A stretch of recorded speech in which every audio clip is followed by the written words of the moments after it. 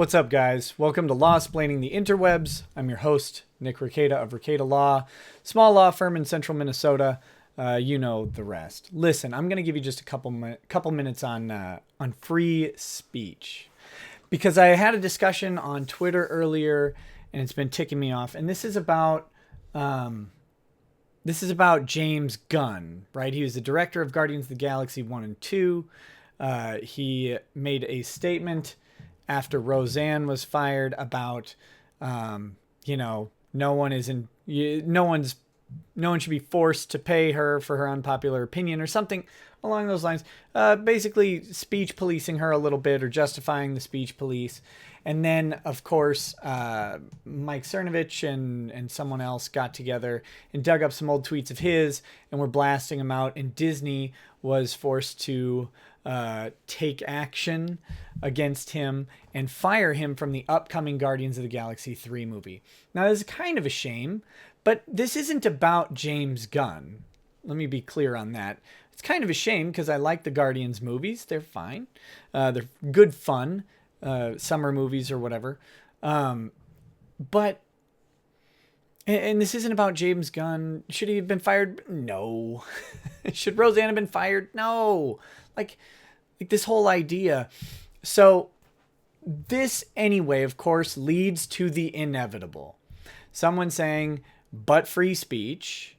And then someone saying, like a mantra, after a group of people have come together to enforce a social construct of appropriateness upon someone's speech. This is important.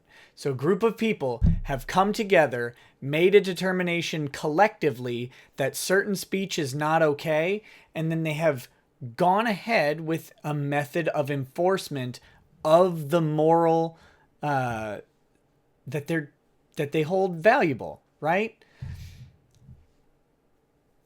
So then, of course, you have that happen. Then you have people saying free speech, and then you have people saying free speech doesn't mean freedom from consequences.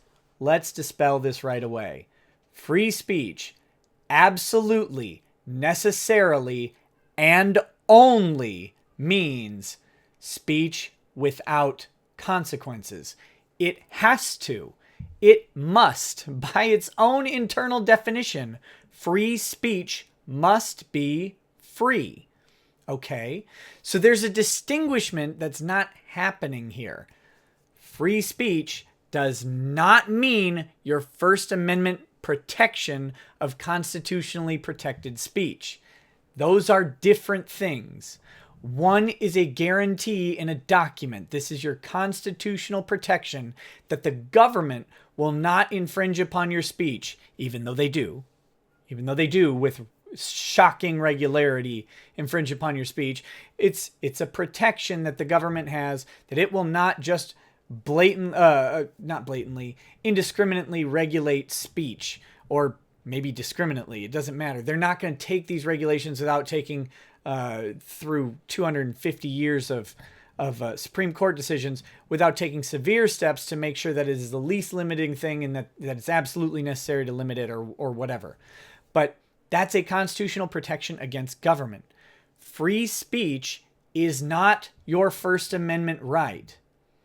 Your First Amendment right is that Congress shall pass no law restricting the freedom of speech. But free speech is a principle. And it's a very important principle, and it's a value, which means that it's not an absolute. It's not even a moral. It's not a moral imperative. It's not a protection. It's nothing.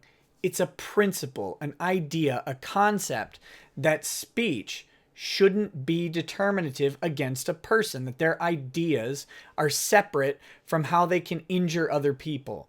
Okay? That they're spoken ideas, and they should have the right to say those ideas. Do people have the right to punish someone for their ideas? Yeah, I mean, I guess. But that's not the point. The point is, what is free speech? And if you think that you believe in free speech and you say, I'm for free speech, but wrong. you're not for free speech. If there's a but in there, you're not. And that's okay. That's okay. That's the final important point. It's okay to say that this value is of lower worth to me than some other value.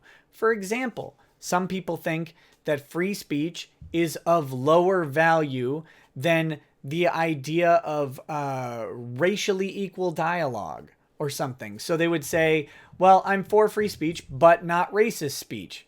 So you're not for free speech. You're for a certain kind of speech, and that's an okay thing for you. You can decide that, and you can argue about it with other people and all that stuff.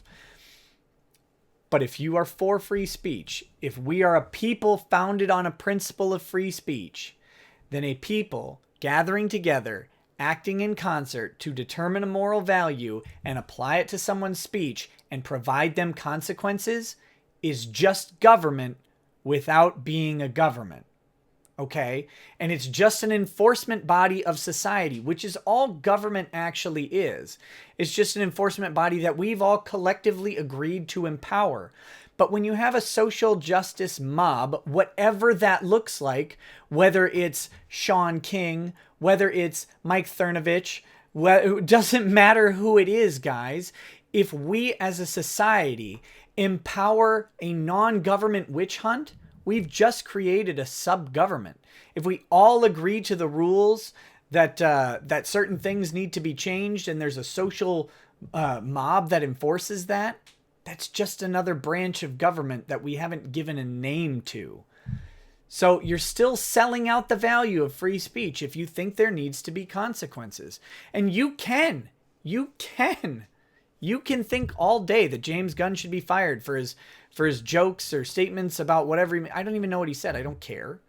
I don't care because lo and behold, I'm for free speech. So if James Gunn said whatever, he's like, I want to murder all the white people, but I still like Guardians of the Galaxy, I'm still going to watch it. And I don't think he should be fired because I don't really care. I don't care what people's personal opinions are as to the products they're putting out. I don't think there's a consequence there. That's me. That doesn't have to be you. But if you have a but, I'm for free speech, but check your premises. You're probably not for free speech. Okay? And that's fine. Maybe you then have to evaluate how much you're for free speech. And that's really the important part of all this. Okay? Is I'm sure there's some limit that I have towards speech or something. Probably. I don't know what it is. I don't really think about it too much. But if you think you're for free speech and you have a but, and you say, okay, maybe I'm not for free speech. Should I be? Should my value system extend farther than this? Should it be shorter than this? What am I willing to do? What consequences am I willing to impose on people and at what point? It's a valuable conversation. But we can't just say free speech doesn't mean free from consequences. It actually does. Your First Amendment right doesn't guarantee you protection from private parties. Okay, that is a given. Yes, we get it. And you saying it on Twitter or wherever isn't new or novel or helpful. But us discussing the social ramifications of empowering a segment of society to come up with a moral standard and impose it on other people's speech, that is valuable. And if me having to come out and say free speech does mean freedom from consequences, and if you're for any consequences, you're not for free speech, then you need to hear it. And you need to evaluate what you're going to do with that, what it means for your perceptions on what speech is okay and what's not. Because if you have a what's not, you're not for free speech. So find out what you're for. Find out what the limits are. Because I tell you what, when you're empowering a community of people to moral police the rest of the country, their perception of what free speech is and your perception of what free speech is are always going to be different, even if you think they're the same now. Anyway, that's all I got. 10 minutes. Hope you guys enjoy this. If you disagree with me in the comments, say it because it's free, but I'll probably call you a dummy. I guess that's your consequence. Talk to you later.